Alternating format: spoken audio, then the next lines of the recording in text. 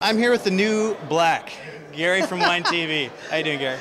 I'm doing phenomenal. Wine Library TV, but that's all right. So, okay, tell us a little bit about Wine Library. So Wine Library TV is a video blog I do 5 days a week. It's 25 minutes long. It's me sitting in front of a camera drinking wine. It makes no sense, but 80,000 people watch it every day. So it means there's something good there. And what's good is I'm talking to people about wine. I'm trying to get people to build bigger social groups of friends, drink different things and embrace this amazing culture of the vino that I've known my whole life. So, I mean, there you go. How did you get into a knowledge of wine? You seem like, typical, I figure like beard and like baldness with like somebody who loves wine. They've been at it for years and years and years. How'd you get started? My pops dragged my ass from the baseball card shows that I was making $1,000 a weekend and rocking it out, by the way. Baseball cards 91, Beckett, I love you. Anyway, and made me start working at the liquor store. I hated it. But I started reading the Wine Spectator, and then I noticed people collected wine. Collected wine. That collecting wine, collecting baseball cards, it brought that synergy. Love working with my family, and thought it was a no-brainer. So I decided at that moment that I would become the best wine shop in America. Age 17. And finally started being allowed to drink wine at 21, really got into it, built up my family business huge, turned 30 on my 30th birthday, driving from my Manhattan apartment to the Jersey store, freaked out, said I had to do something different, social media, get involved in the conversation, bring people together. I need to rock out a video blog. How did you go from running the business to like, it's all about social media? What was your background getting into social media? Eric Kastner, one of my lead developers at Wine Library, because we were doing winelibrary.com since '97. Big shout out to Web 1.0. I really, he was teaching me. He was like, look at this, look at this, look at this. And I saw YouTube and I was like, okay, wait a minute. I missed the whole blog thing because I can't write for shit, but I can sit in front of a camera and I can talk about the vino.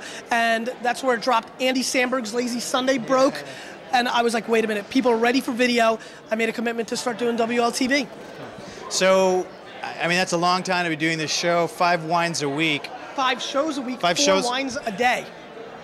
20 wines a week, yeah. How do you keep up on what's new in wine? Portugal, South Africa, New Zealand Pinot Noir, Austria Gruner Veltliner. There's more than just Yellowtail, Santa Margarita, and Kendall Jackson. People, rock it out. I mean, I love White Castle sliders, right? Love them, but I don't want to eat them every day. And that was the thing I said on Kathy Sierra's thing the other day. And people get it, right? It's like, you've got to mix it up, try different things. And so what's going on? It's like, what's not going on? It's like, there's so much. But where do you get the little insights as to what to try, next week? How are you deciding what those 20 wines are going to be? Straight from the hip, baby. Straight from the hip. I have a huge 20,000 square foot wine retail space below my office. I go down there and go, okay, nice. It's just like, and 1,000 emails a day from fans. That's what I do for a living. So, I know what people want. They're like, dude, can you do this? Dude, can you do that? Dude, can you do this? Dude, you're shockingly handsome. P.S., can you do this? And I get a lot of those kind of things. So, okay, and what's the greatest value you add in looking at these things? And do people have a sense of what your palate suits, or do you try to be as objective as possible in doing this stuff? I don't know. Let's talk about objective and transparency. It's over. It's 2008, people. Everybody knows everything about you. Maybe you'll be able to hold on to your social security number. Maybe.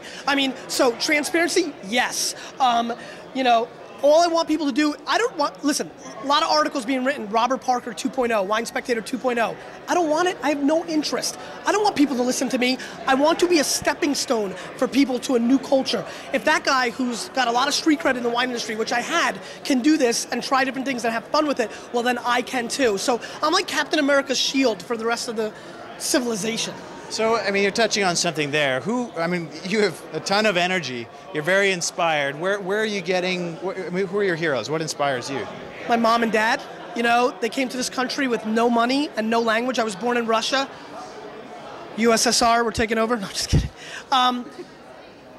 They came here with nothing and worked their faces off to give my family something. And so, for me, I owe it to them to take it to the next level and to do what I love. And my inspirations come within. A lot of people are like hot on my marketing now. Like, I get a lot of that love, like blah, blah, blah, blah. And I tell everybody, I don't read marketing books. I don't read marketing blogs. It's a DNA game. And if nothing else, if you're watching this, do what you love, know who you are. Don't lie to yourself, follow that, and you can win every time. So I guess you never had to jump out from another job into, or was there I guess maybe you did. Like if you're doing this full time now from running the business. You know, there was a pretty controversial little thing.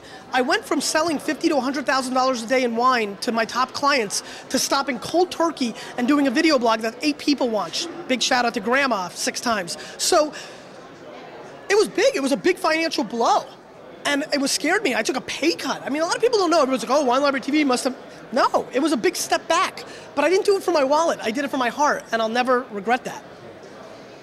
So, and the advice you'd give to somebody who's thinking about, you know, those kinds of, like, how, maybe talk about how long that period was where you were taking a big haircut. It's long. It sucks. But if you love it and you're doing it for the right reasons, you'll love it. Make enough, just enough to live and pay the bills, because when you're doing what you love, you're happy.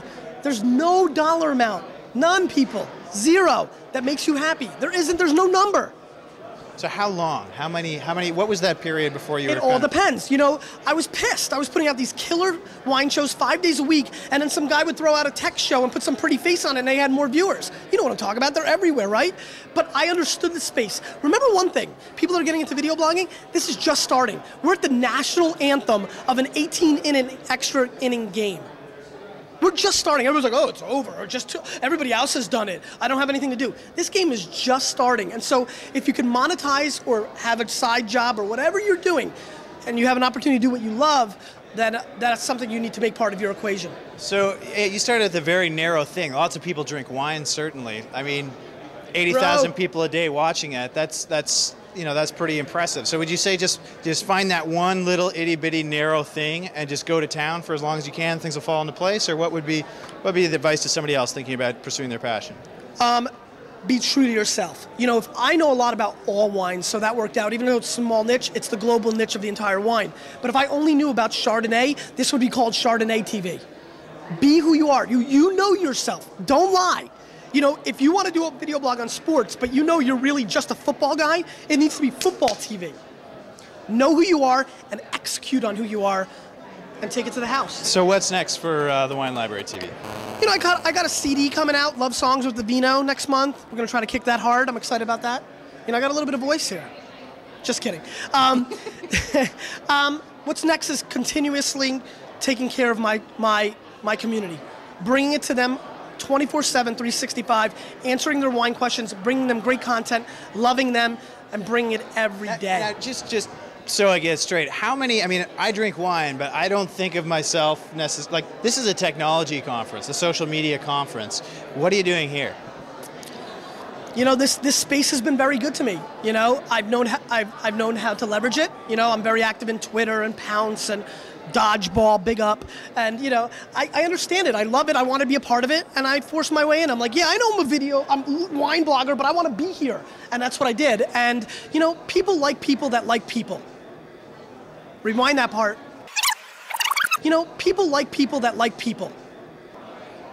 So you've just been warmly received by people in the, and this is really a technology, and social media thing. And don't forget, a lot of tech people are in Canada, Good Wine Culture, SF, every single massive heartthrob internet celebrity wants to know about the Vino, and who's their guy?